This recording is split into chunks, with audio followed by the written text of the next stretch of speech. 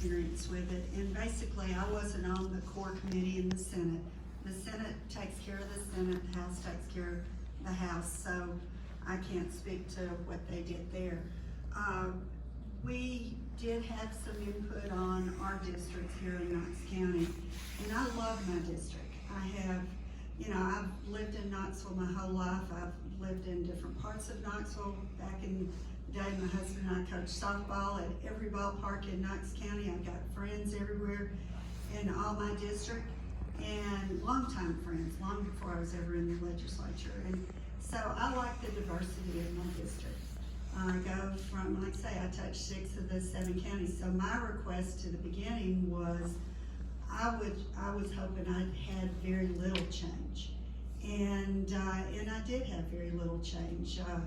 The biggest change I got that I had was the Fairgate Town Center, which is basically, we wanted to give that back to Senator Briggs because that used to be his county commission district, part of that, and just the numbers, mine had grown a little bit more, so I needed to give him some population to make sure, because you have to get, and I think our population is within 100 people.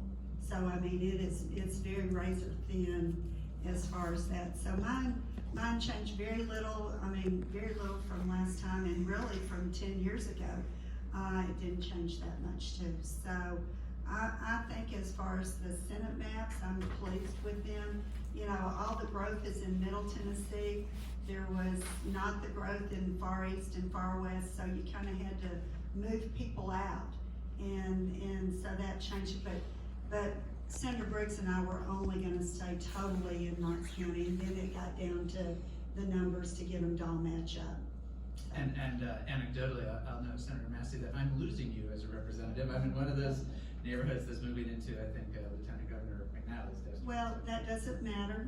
You can still, I said, it does not matter whether you can vote for me or not, or whether even if you're in my district, whether you would vote for me or not.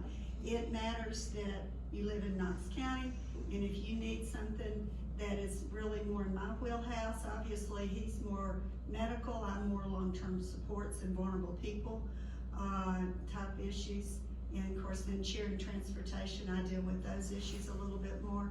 But we strive, and our offices are right across the hall from each other, so we talk off and on, can you help with this? Or I'll go to a meeting when he meets with a family of someone that has a child with disabilities. So we work together, so you can still call my office I'm sure anytime.